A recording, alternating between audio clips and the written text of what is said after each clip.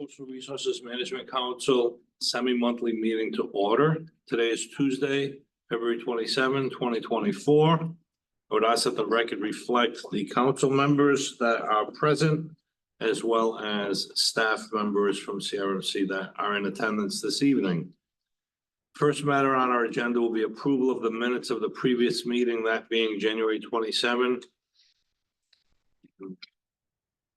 It's January 23rd, I think it is. Am I correct? One says 23rd, yeah.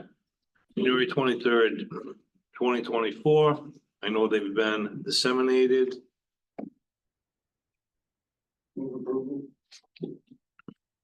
Excuse me. A motion has been made to approve. Is there a second?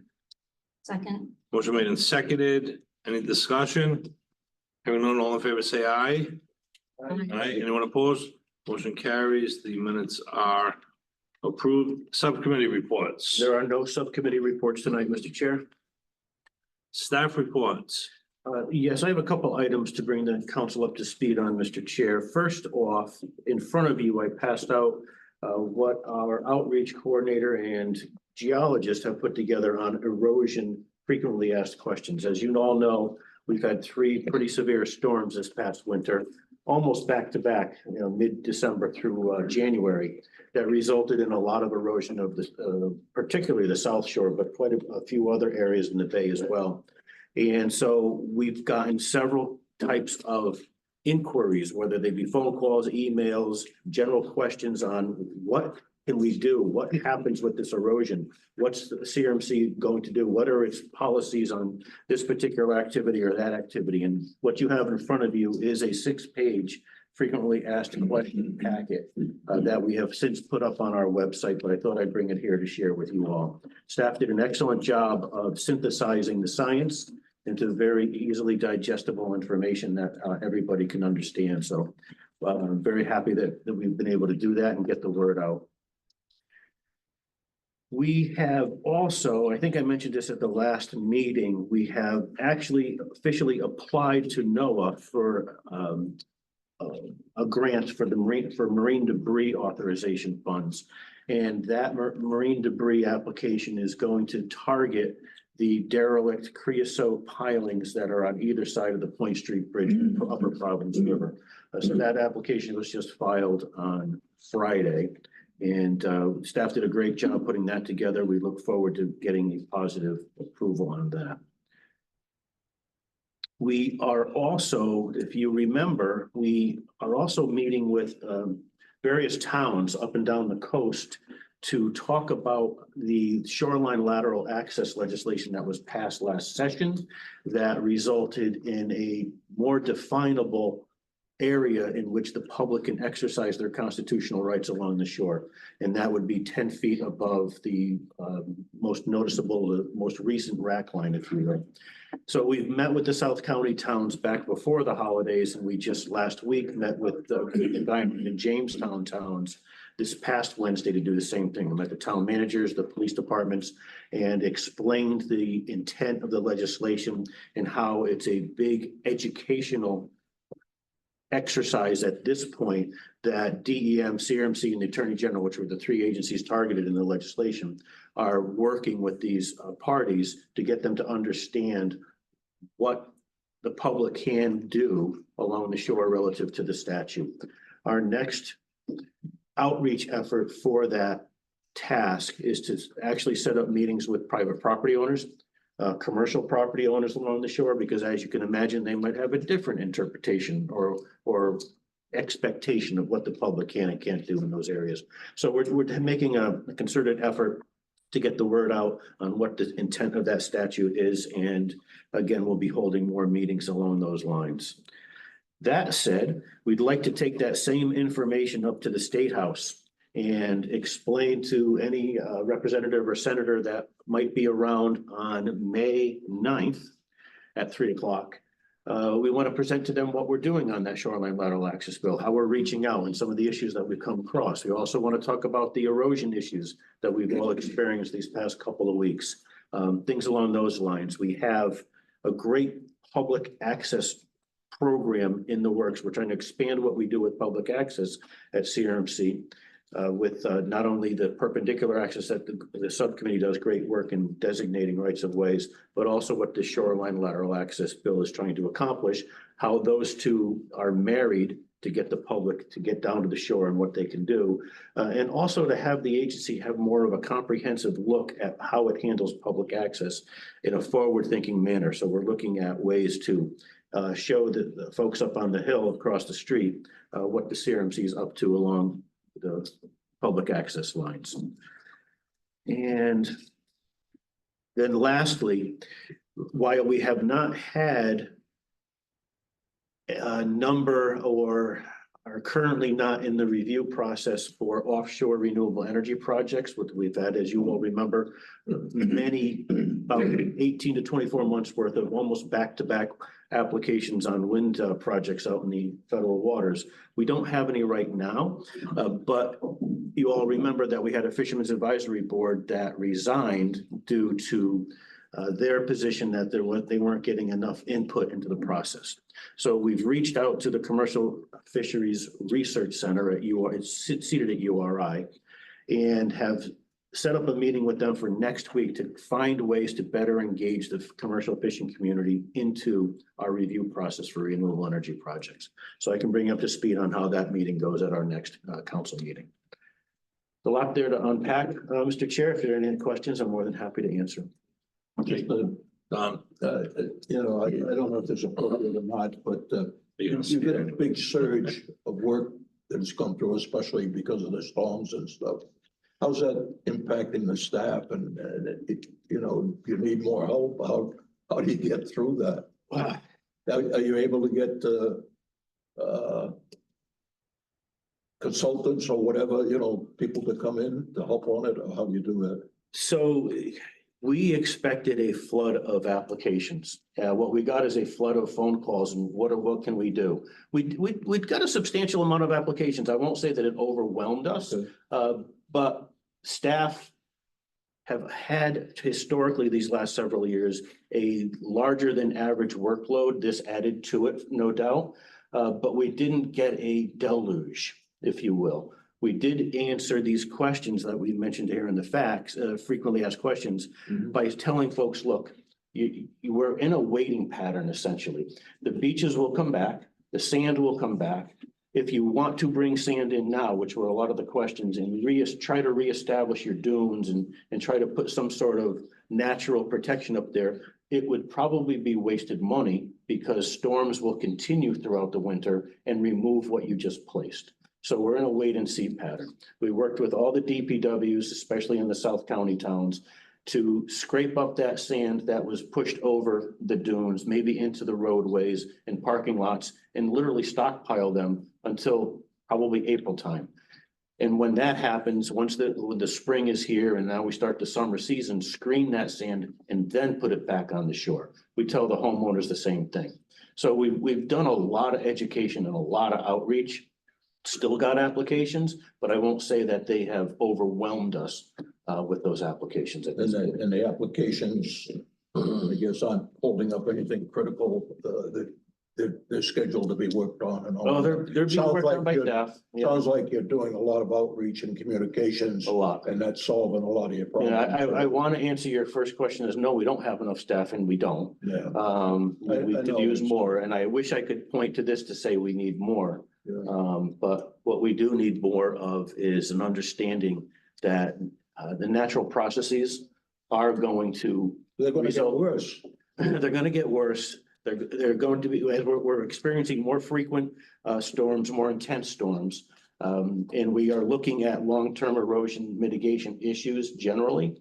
But for the time being, we don't want people to just dump money into sand replenishment right now because it will get taken out literally probably in the next tide or two. Yeah, it's probably not the appropriate place to really talk about it anyway. So I get the feeling when you tell me all of these things that are going on that you guys are going to be really overworked. Well, Mr. Gomez, what is happening at the staff level is we're seeing these issues unfold with these weather events. And we're seeing applications come in that want to do something immediately. And we know that that's not the best course of action. And so we work with the applicants, we work with the consultants to get them to understand. But at the staff level, we're saying these regulations need to be expanded. These regulations might need to be changed. So it's a process now that begins that unfortunately, the way rules are developed and then promulgated, it's a many month process, if not upwards of a year. One of the very positive things is you've got some senior staff and their staff are all very competent people from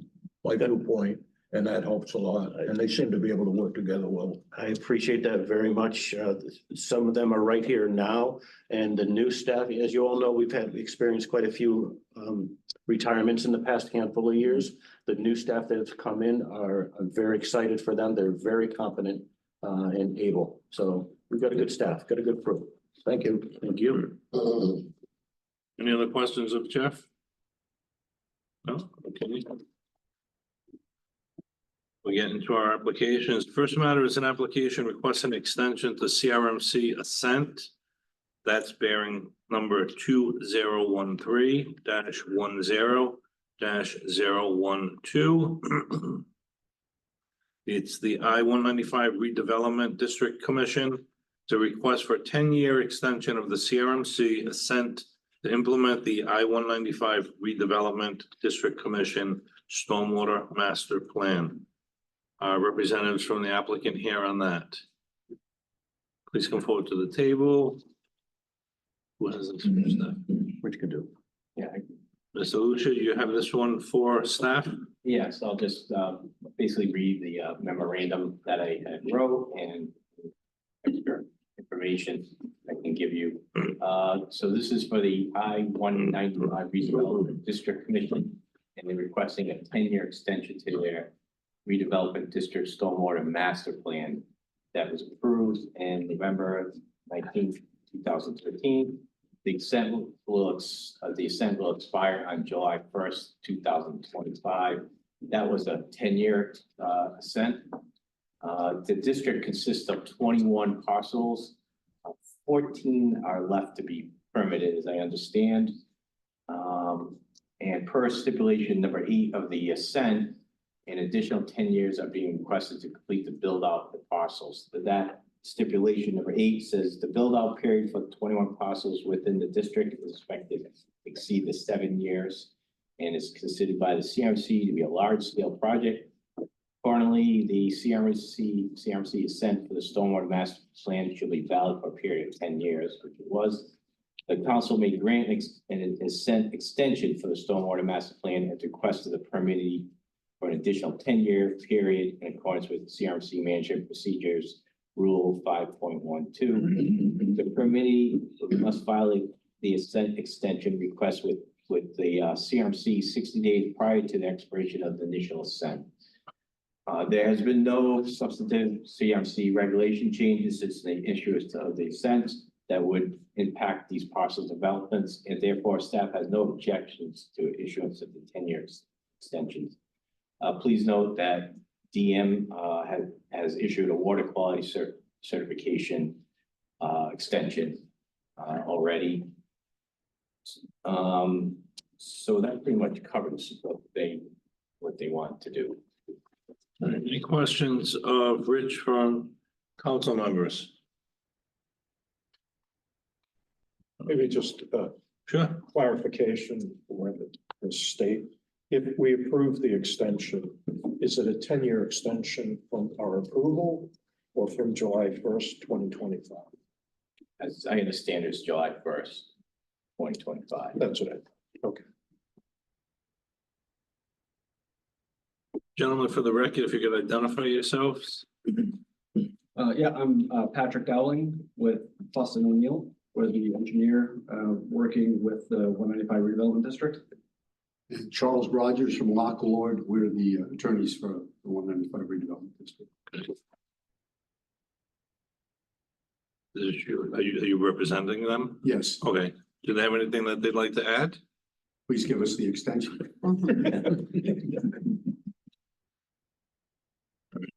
Any questions of the applicant or its counsel? No. All right. Anyone else present this evening that wishes to speak in favor of this application? Anyone present this evening that wishes to speak in opposition of the application? Or to comment on the application in general? Seeing none, is the council in a position for a motion? Motion to extend. Grant the extension. A motion has been made to grant the requested extension by Mr. Russolino. Is there a second? Second. Seconded by Ms. Reynolds. Any discussion?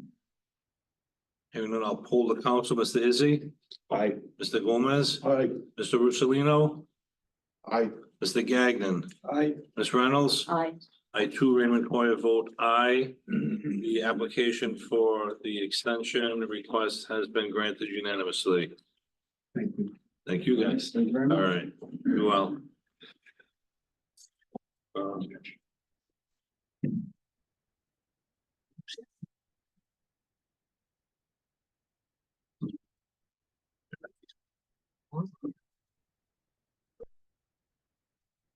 Yeah. Which has this one too. All right. Next matter is the City of East Providence, is the applicant and their representatives here for that. Please come forward, sir. Excuse me for that. I've got post nasal drip.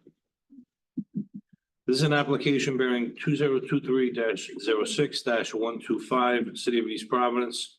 It's an application to repair and add protection to the existing eroded bluff located at 0 Booth Avenue. Work includes installing geotextile reinforced mechanically stabilized earth slope, parentheses MSE, close parentheses, with slope dimensions of 2:1, parentheses horizontal to vertical.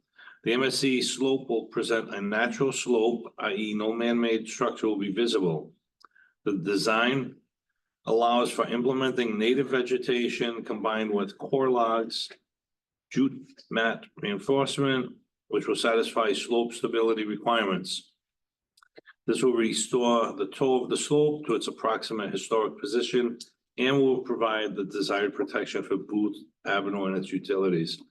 A riprap sill, parentheses, a constructed marsh with an artificial sill to reduce the potential future erosion, close parentheses, will be installed to provide erosion protection and additional habitat for marine fauna. Other features include an infiltrating best management practice, BMP for stormwater management, and the installation of a pocket park.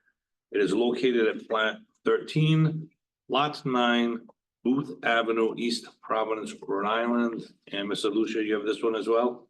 Yes, Could I think there's a little housekeeping thing here, and I don't know if it means anything, but it's the date completed and the date accepted. And the date completed was 8 Feb and the 24. Date accepted was, so I don't know if that matters at all, but I'd hate that to was have part it put back 23. on it. Yeah, It's 23, right? that should be 23. Yeah, okay, I just wanted to bring that up, thank you. Okay. I actually wanted to bring up something, it needs a special exception, and is that, don't you move on that first before you? There'll be two separate votes. Okay. Afterwards. Yeah, okay, I just want to make sure.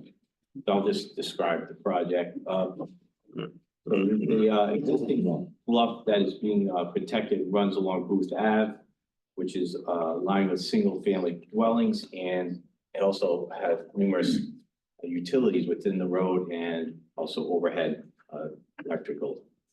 The bluff is only sparsely vegetated and shows signs of excessive erosion, mostly due to tidal flow from an existing culvert.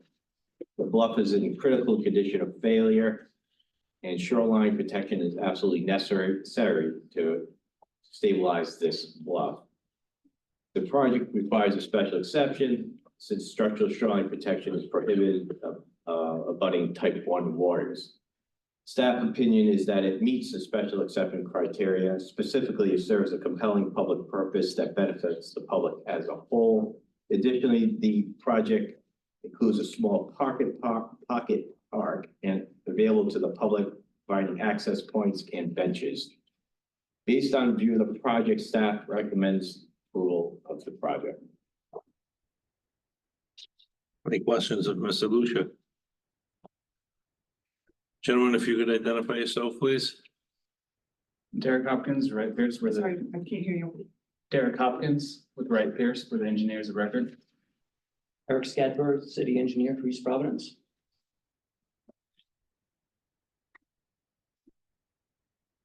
Are there going to be any questions of either of these individuals? And if so, we can have our counsel swear them in.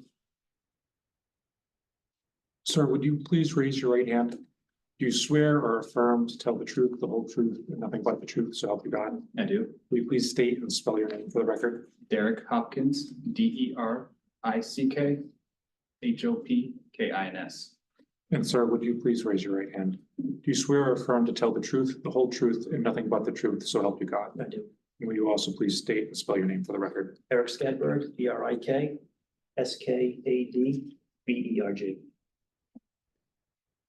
Thank you both. Either of you wish to add anything to the application that's before us or the explanation from Mr. Lucia?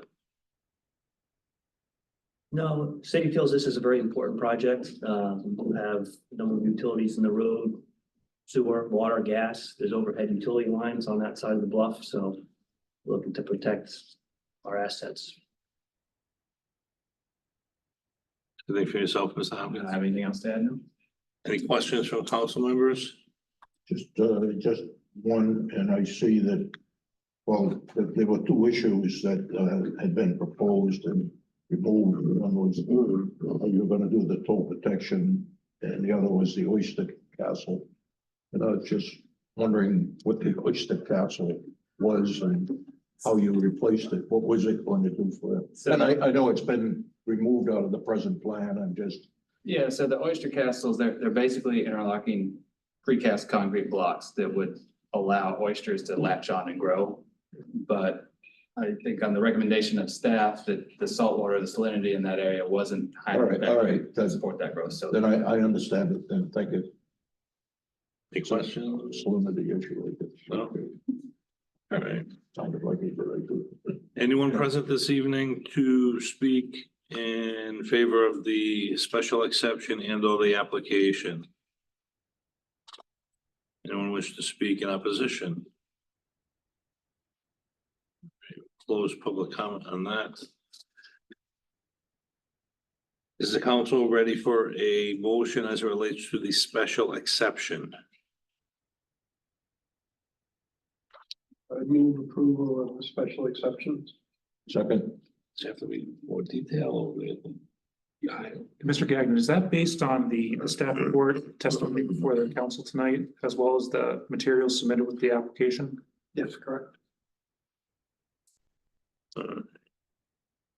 Who seconded, Mr. Gomez? yes, Motion's been made by Mr. Gagnon, seconded by Mr. Gomez to grant the special exception. I'll now poll the council as it relates to the special exception. Mr. Izzy. Aye. Mr. Gomez. Aye. Mr. Brusalino. aye, Mr. Gagnon. Aye. Ms. Reynolds. Aye. I too, Raymond Coir, vote aye on approval of the special exception. We now have a vote as it relates to the application itself. Is there a motion as it relates to the application? Based on the testimony of the staff tonight, the applicant's testimony and the materials submitted for consideration as part of the application, I move that the council approve the application as submitted. Is there a second? Second. Motion has been made by Mr. Izzy, seconded by Ms. Reynolds as it relates to the application. Then the motion was made to approve the application as asked. I'll now poll the council. Mr. Izzy. Aye. Mr. Gomez. aye, Mr. Russolino. Aye. Mr. Gagnon. Aye. Ms. Reynolds. Aye. I too, Raymond Coir, vote aye. Gentlemen, the application and the special exception have been approved. Thank you. Thank you so much. All right. Have a good night. You also.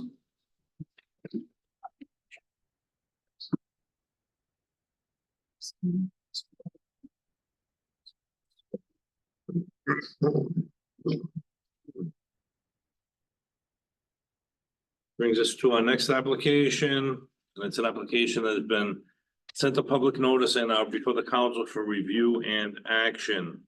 That bearing number 2021-05-075, Susan LaChapelle Ropolo.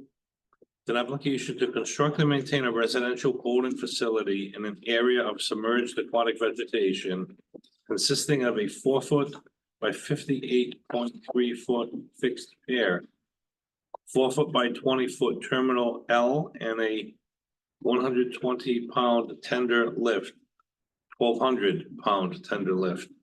The facility is proposed to terminate at -5 water in accordance with 1.3.1 R3E2. A variance is requested from CRMP section 1.3.1 D11K. Facility is located within 25 feet of the property line extension. It is located at Plat 12, Lot 73, 80 Washington Street, Newport, Rhode Island. And I know the applicant party is present. Please come forward. Mr. Chair, Yes. I'll be abstaining from this application. All right, for the record, Ms. Reynolds has indicated she will be abstaining. Good evening. Good evening.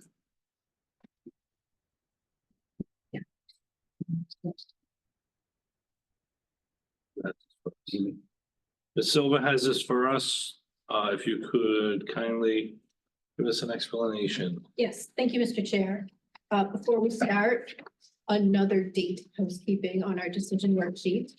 The decision worksheet for this application states the date accepted was 5/26/2021, and the date completed was 1/25/2023. That should read 2024. Thank you. As for the application itself, it is an application for a dock, a residential boating facility in Newport Harbor, which is type 3 waters, classified as high intensity boating. This is pretty well evident along the shoreline where there are large mooring areas and many docks along the shoreline. This portion of the shoreline is also dominated by SAV, submerged aquatic vegetation, eelgrass in particular. The application was first submitted with 2 variances, one for dock length and one for the side setback.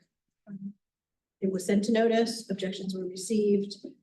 Staff notified the applicant that we were not likely to support the application as submitted. The initial submission did not meet the SAV regulation sections. After some time and discussion and various drafts and further discussion, the application was revised to shorten the dock to meet the -5-foot depth required by the SAV regulations. As currently submitted before the council, it has only one variance for that side setback variance along the southern property line. The current revision was also sent to public notice. Also received several comments, nearly all of which were concerned with the impacts to the CRMC designated right-of-way along Walnut Street to the south of the subject property. The right-of-way is designated as CRMC right-of-way Z12. The second comment period also garnered 1 letter of support. The facility is located entirely within the property line extensions of the subject property. It is located between 11 and 13 feet from the southern property line. The staff did review all the objections against section 1.6.1G regarding substantive objections and believes that the concerns raised by the comments do not meet the criteria for substantive objections as expanded in my staff report. Staff has no objections to the approval of the application, does defer to the council on the decision of substantive objection. Should the council approve this application, standard dock assent with SEV stipulations will be prepared.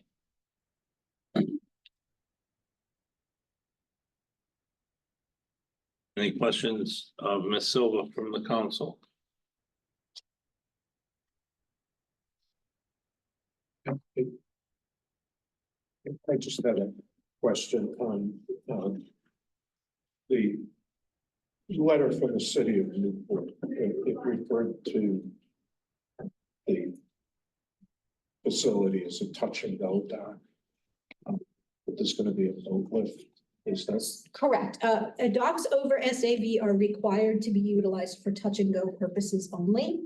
The boat lift is a tender lift of 1,200 pounds. Okay, so that's consistent with the, Correct. with a So- touch and go. Correct. The larger boat presumably would be on a mooring offshore or at an outside location. That can come in when the tide is appropriate, utilize the facility. Otherwise, the tender lift would be, the tender would be utilized to access the boat. Just to learn something new every. That's why we're here, right? Yeah, oh, yeah. Just a question on the SAV. What's the impact that I saw it mentioned in here a few times, and what impact? Apparently you're okay with whatever's going to happen to it, but what is there? What's the density? It's Is quite, there any concern? there is always when SAV is present, it's quite dense across the entire property and several properties north and south. The primary concern is shading over the SAV. The SAV is fantastic habitat. So if it gets too shaded, it cannot grow very well. So docks over SAV are required to be designed to a system called vertic in short, which takes into consideration their orientation along the compass and then their height. So that way there's always appropriate sunlight under the facility. This also has a fixed terminus instead of a float to eliminate shading from a float. The facility is located within that southern property line extension because that is where the SAV extends the least seaward.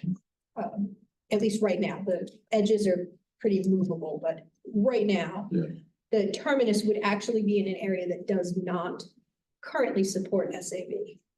So if you look on the plans, you'll see the line is closest to the shore in that location and then moves out deeper. So we had them set it where there would be the least. So you're saying that the SAV likes that area that we're invading the least. Is that what I just heard? We're hoping it's going to impact it the least right there. It moves a lot, doesn't it? It does move a lot. So the fact that the line is currently inland of the terminus could change in a couple of years. And that's why they're designed to that vertic and short. But then, not the end of the world here, we're talking about, so I don't think, but I understand, and I'm sensitive to it, and I'm still in a learning process, I guess. Yep, the regulation says to minimize it. I know what it looks like, right? Yep, that's the area that minimizes it. And so what you have imposed is we're going to use a lift as opposed to a floating dock. Correct. And we're doing an orientation that minimizes the impact. Correct. See that? I learned. See what I learned? Thank you. Thank you. Any questions of Amy? Any further questions? All right, Counselor, Yes, how are you? Mr. Chair, members of the council, Attorney Christopher McNally representing the petitioner, Suzanne LaChapelle Rapolo. I have with me Tyler Rapolo and our engineer Todd Chaplin. If it's okay with the council, any questions for the applicant would go to myself or to Tyler.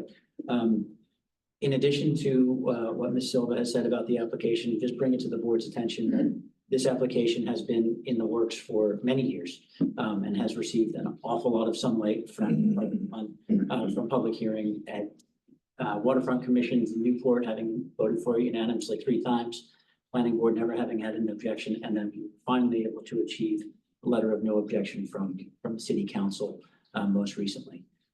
We work really closely, I believe, with CRMC, and we've strove and strived to find the best possible location for this dock in front of the property. And my understanding from review of the file and comments were that you did take into consideration objections and comments from staff and changed it a little bit. That's Okay. Yeah. Any questions from counsel of the applicant or their expert? Okay, anything else to add? One thing, if I may, just it's not really in here, but in part of our correspondence was that one rock pile to the west of the current shortened dock. Want to make sure that it's on the record that as a hazard for the pier can be removed. When initially the pier was much longer so that it would span over a submerged rock pile. And then in the requested shortening of the pier, the west facing pier, it presents it east of a rock pile that would otherwise be immediately adjacent to the dock, rendering it more or less a hazard to the owner. Yes, that was part of our discussions. It is on the plan set. Okay, super, I just missed that. Thank you. Okay, Just wanted to make sure it was on the record. counsel, ready for a motion? We'll move Mr. approval Gomez. based on the findings of fact, the material presented and the material that I have reviewed in the application, the fact that you followed the staff guidance considerably entered into my approval of the application also. So based on all the above, I moved. And Mr. Gomez, does your approval of the application include approval of the property line extension setback variance? Yes, it does. And I also noted that I put pretty much with the standard stipulations on it. I didn't say they added stipulations. So that would enter onto it also. Is there a second? Second. Second by Ms. Izzy. Any discussion? Hearing none, I'll poll the council. Ms. Izzy? Aye. Mr. Gomez? Aye. Mr. Russolino? Aye. Mr. Gagnon? Aye. I too require a vote aye, and just for the record, once more, Ms. Reynolds has abstained. So your application has been approved unanimously. Thank you. Good luck. Thank you very much. All right. Anything else to come before the council this evening? There's nothing additional on the agenda, Mr. Chair. Everyone entertain a motion to adjourn. Oh, wait. Motion made and seconded. All in favor, say aye. Anyone opposed? Motion carries. I didn't get that file off your desk. Anyway, For a while. Yeah. Ms. Reynolds. Oh, all right. Trish, Joe. Yeah. I like that.